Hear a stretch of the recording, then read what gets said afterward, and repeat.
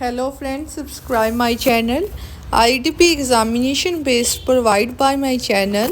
Today I am going to discuss about the future perfect tense. The rule of this tense is subject plus will plus have plus past particles. For example, he will have done it by this evening. For example, he will have started his college journey next month. The plane will have landed before we reach the airport. She will not have achieved her goal. He will not have got the salary by the Monday.